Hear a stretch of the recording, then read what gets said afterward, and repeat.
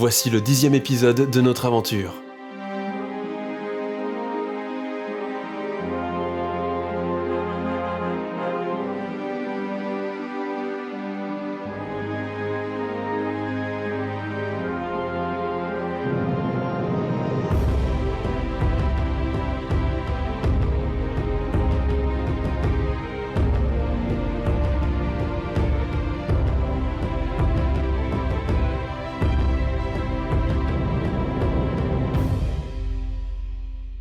Le lendemain matin, les chasseurs de Salvor furent surpris de trouver Wikold endormi au pied d'un arbre. Klaus, le chef du groupe, observait les alentours. Il n'y avait aucune trace de bête ou du passage du garçon. Les chasseurs le ramenèrent chez lui, dans son lit, inconscient. Puis ils coururent avertir Ténélope, qui travaillait dans la distillerie. Klaus, de son côté, alla prévenir le chef du village, Garonne. Ce dernier arpentait tranquillement les rues de sa cité lorsque le chasseur l'interpella. « Garonne, nous avons un problème. » Le maire se retourna et attendit qu'il arrive à son niveau. Klaus était un homme imposant et faisant une tête de plus que son interlocuteur. Sa longue chevelure et sa barbe grisonnante camouflaient ses traits graves. « Parle, mon ami. Que t'arrive-t-il en cette si belle matinée ?» demanda Garonne. « Nous venons de trouver Wikold. Il était endormi au pied d'un arbre dans la forêt. Il est vivant, mais toujours inconscient. » Quelle sottise est-il encore allé inventer? Prévenez Ténélope et emmenez-le dans sa maison. Quand il se réveillera, tu le réprimanderas pour s'être éloigné du village. Non, tu ne comprends pas, Garonne. Il est parti avec Tréna, en voyage, il y a quelques jours. Et aujourd'hui, nous l'avons retrouvé seul. L'inquiétude se lut immédiatement sur le visage des deux hommes. Klaus était sûr de ces informations, car il vivait avec Altana, l'institutrice du village. Il y eut un lourd silence, puis le maire lui demanda. « Est-il blessé? Y a-t-il des traces de prédateurs ?» A priori, il n'y a pas de blessure. Il va bien. Mais il est visiblement épuisé et a besoin de repos. Il n'y avait aucune trace non plus autour de lui. Le regard tourné vers son village, Garonne réfléchissait. Klaus reprit. « Je crains qu'il n'ait eu à fuir des prédateurs. Souviens-toi de Gallois, il y a 5 ans. Il errait en état de choc dans la forêt quand nous l'avions retrouvé. Ce n'est que quelques jours après que nous avions appris que son village avait été anéanti. » Prépare tes hommes et attendez-moi dans votre cabane de chasse. Je vais voir Wikold et essayer d'en apprendre davantage. Nous devons absolument savoir quelle cité les deux garçons avaient prévu de visiter pour leur commerce. Si un des villages est en danger, nous devons l'aider. Ils se quittèrent, partant chacun de leur côté. Le maire arriva dans la chaumière de Wikold. Ténélope, prévenue, était déjà à son chevet. Garonne posa une main sur l'épaule de la jeune fille, inquiète, qui tressaillit. Il la salua. « Ma chère Ténélope, avec tes connaissances, peux-tu réveiller Wikold de son sommeil ?» Je peux essayer, mais il serait plus sage de le laisser dormir, je pense.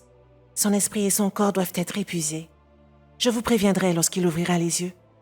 Nous ne pouvons pas attendre plus longuement. Nous pensons que le village dans lequel ils étaient, lui et ton frère, s'est fait attaquer. Si c'est bien le cas, nous devons porter assistance aux habitants et aider Tréna.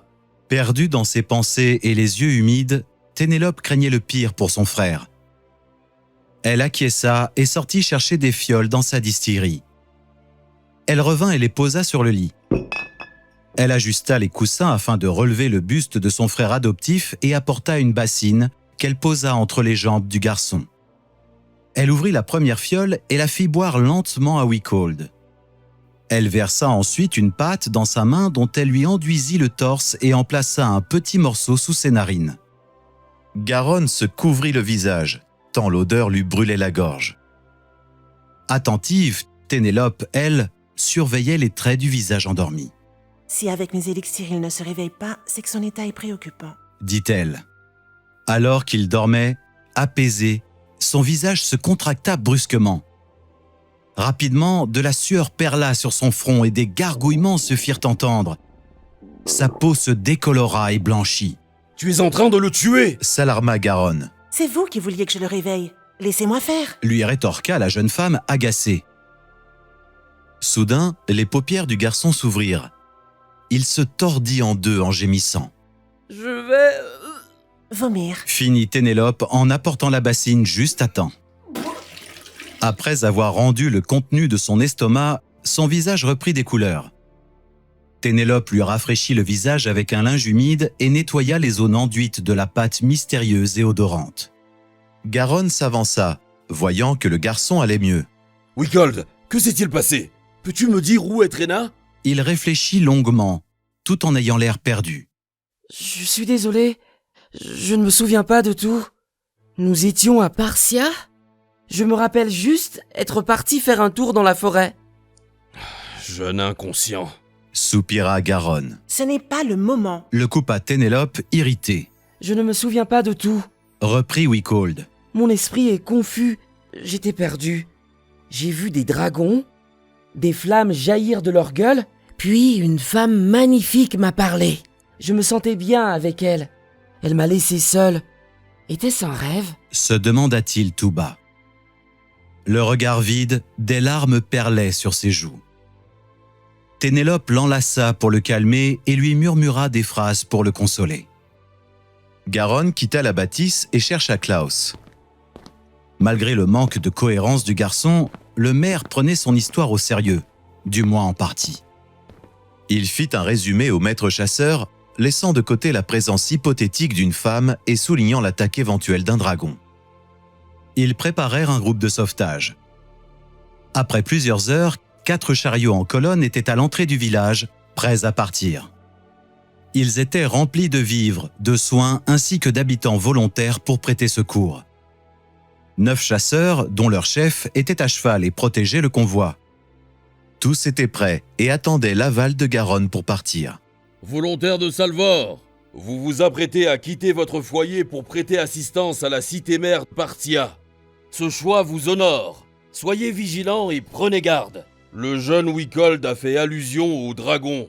Nous prierons pour vous, que les dieux vous protègent. » Il salua une dernière fois les volontaires et se retira pour prier. À l'entrée du village se trouvait une pierre grossièrement taillée représentant les 5 divinités. Le maire s'agenouilla devant et rapidement, d'autres habitants le suivirent.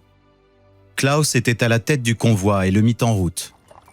Un chemin permettait d'atteindre Parcia en une seule journée de voyage. Le maître chasseur espérait atteindre les portes de la cité le lendemain.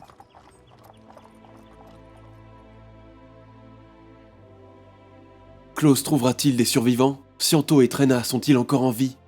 La suite de notre aventure, la semaine prochaine.